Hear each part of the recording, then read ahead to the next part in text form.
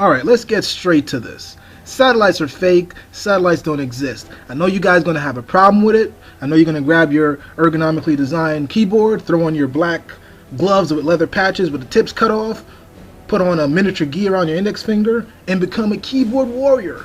This is what you guys do. But I've been doing the research. You guys have been telling me that there is a Hubble Space Telescope taking pictures of stars. You've been telling me that astronauts are in the International Space Station. This is what you guys have been saying. Don't tell me you haven't been telling me this. Let's go into this thing here now. Now let's go into the layers of the atmosphere.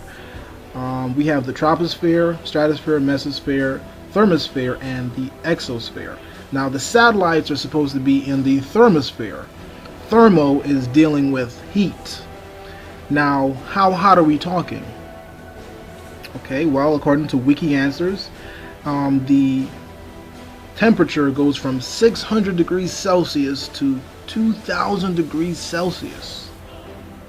I don't know if you know how hot that is, but that's as hot as a blast furnace. We're supposed to believe that they have these machines in the thermosphere, where the temperature goes up to 2,000 degrees Celsius. This is what we're supposed to believe.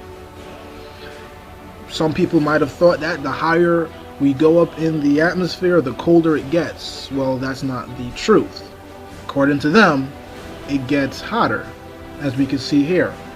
This is the troposphere, stratosphere, mesosphere. And then we go all the way up here. It gets hotter and hotter. So someone has to explain to me, how do you have satellites in the hottest layer of the atmosphere? I'll wait. Now, I want to just draw something here. As you can see, this is the ISS.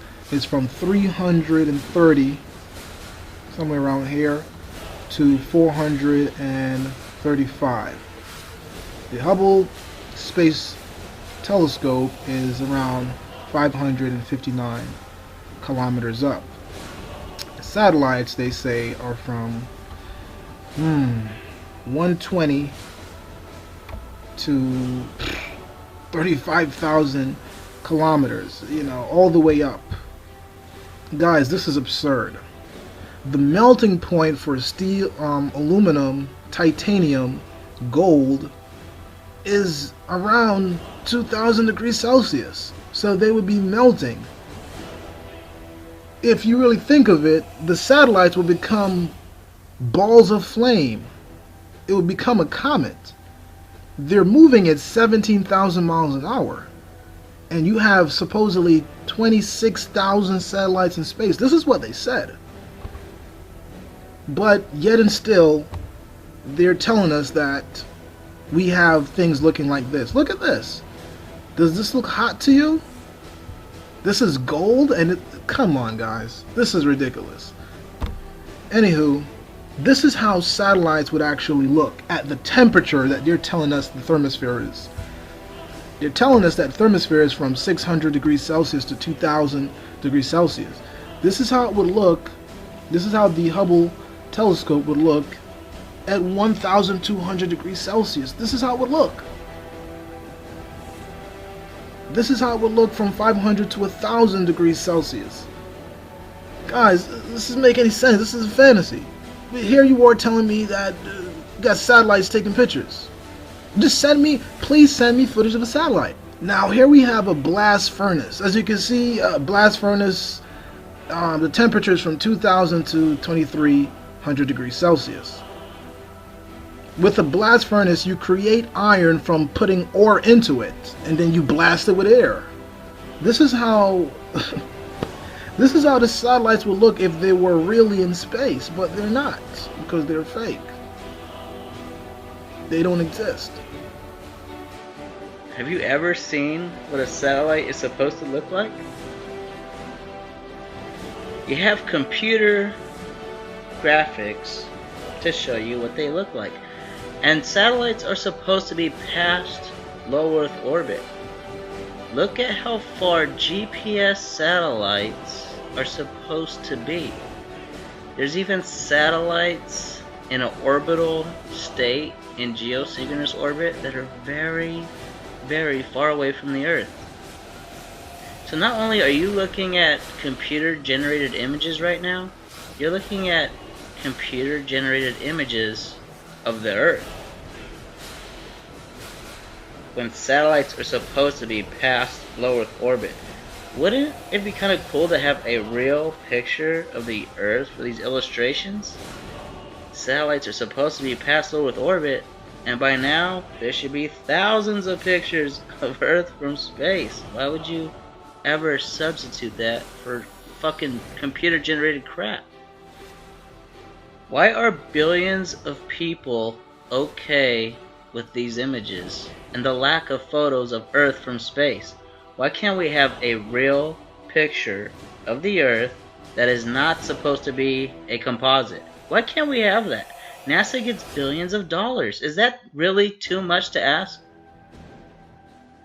Now here's an image of the Earth that people use all the time. It is not even supposed to be real. It's a composite, and it's been shown how this is made. And there's several images from this composite model that are presented as images of the Earth from space.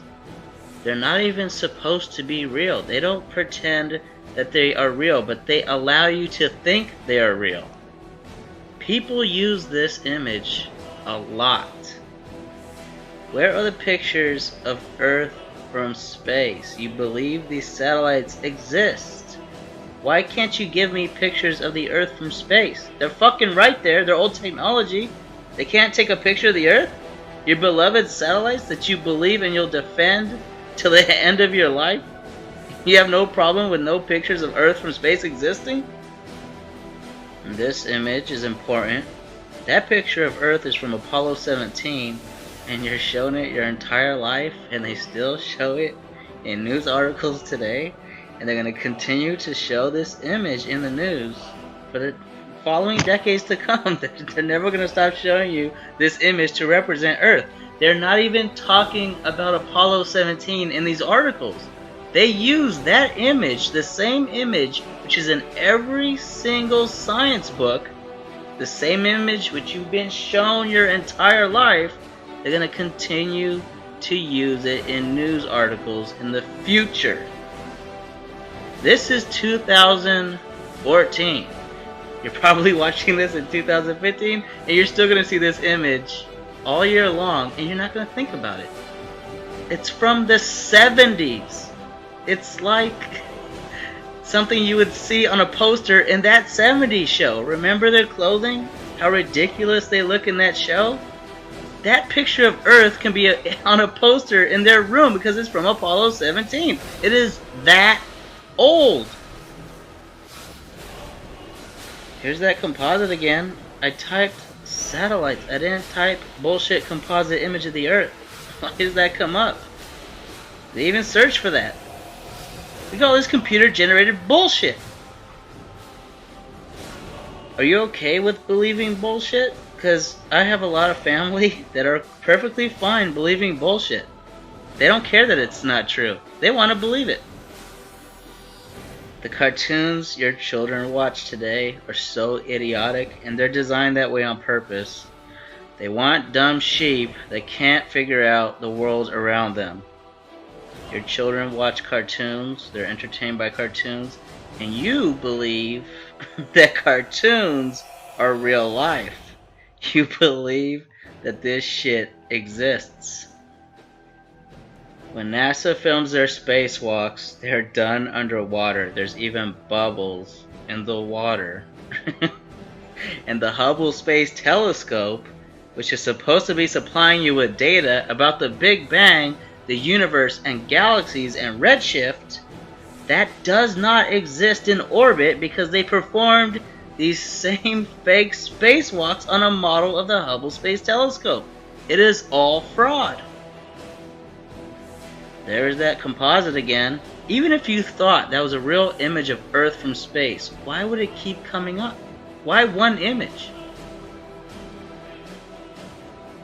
You believe in bullshit. Are you okay with that? Do you want to learn about the world around you?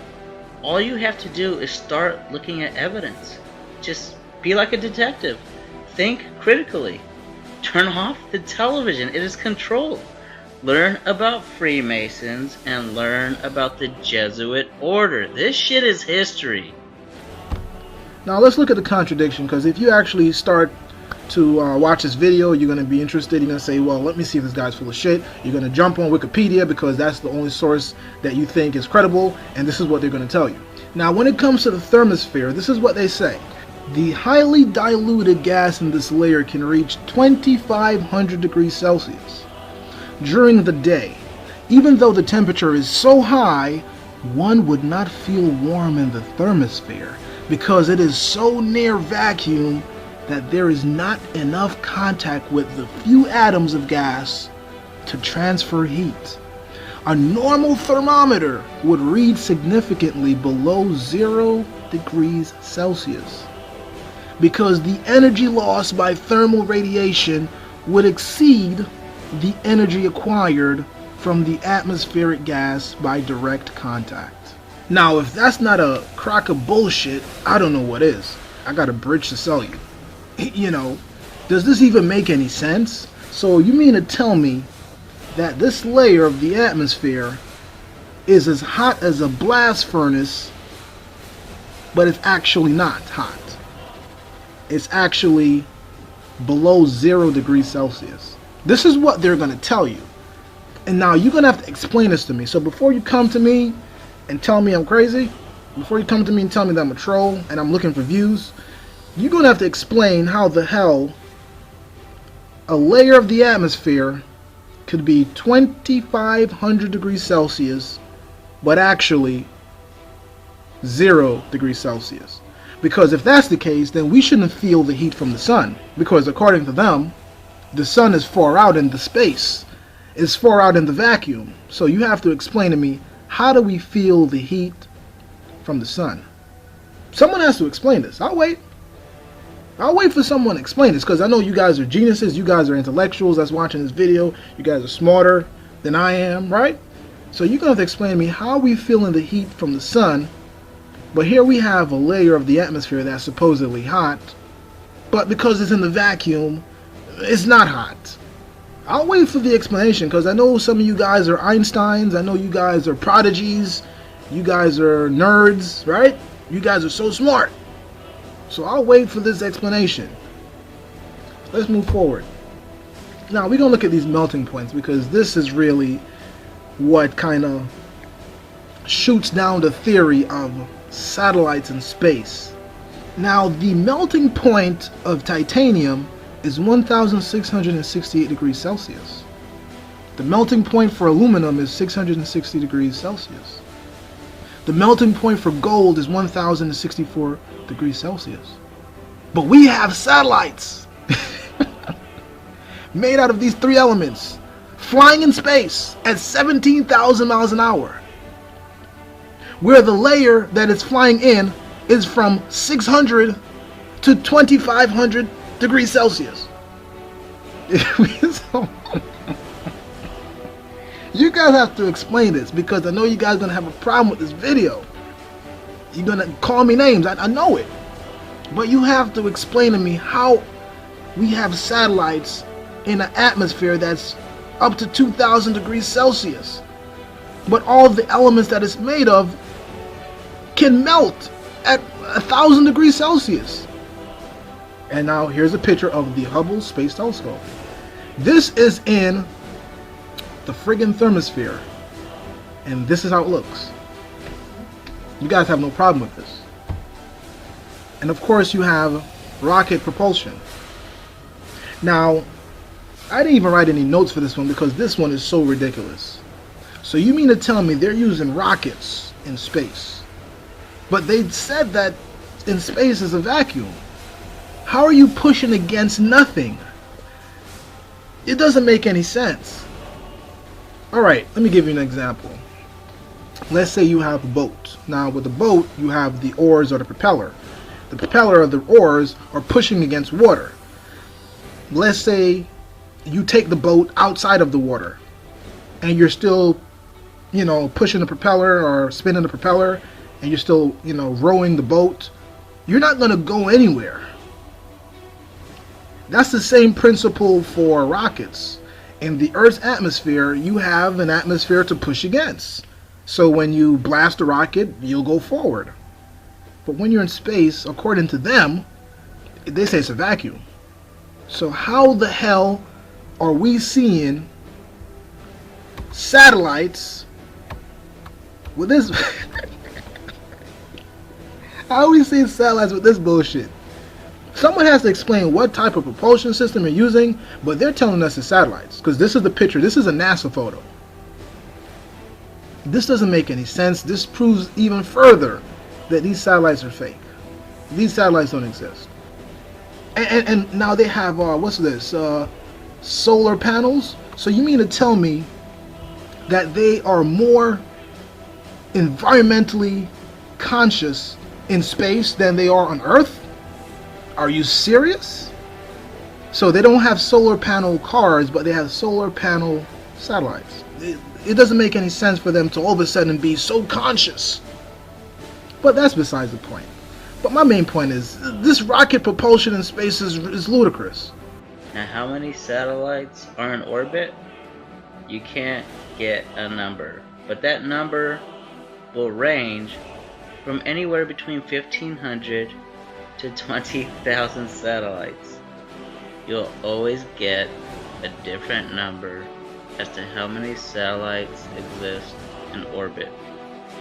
What do satellites look like? The old satellites from the 70s were very large.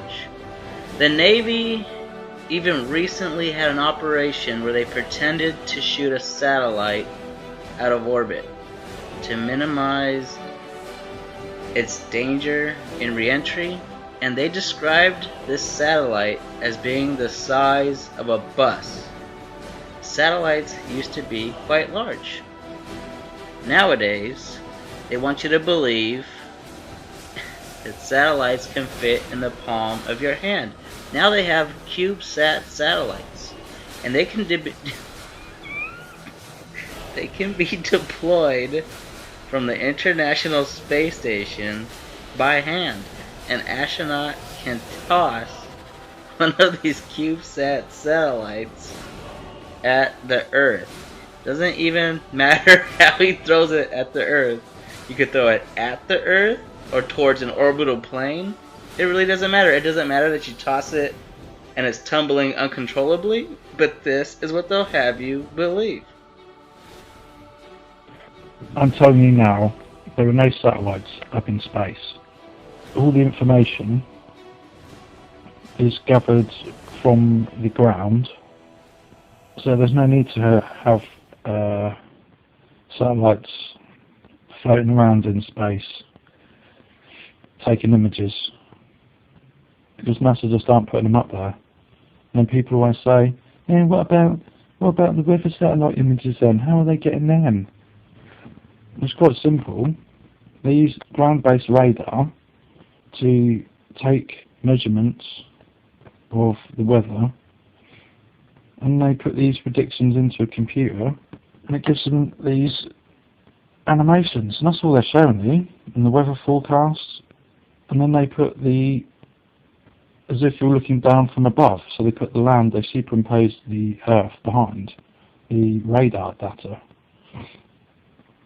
That's all it is. None of the images you're showing are real photos from satellites up in space.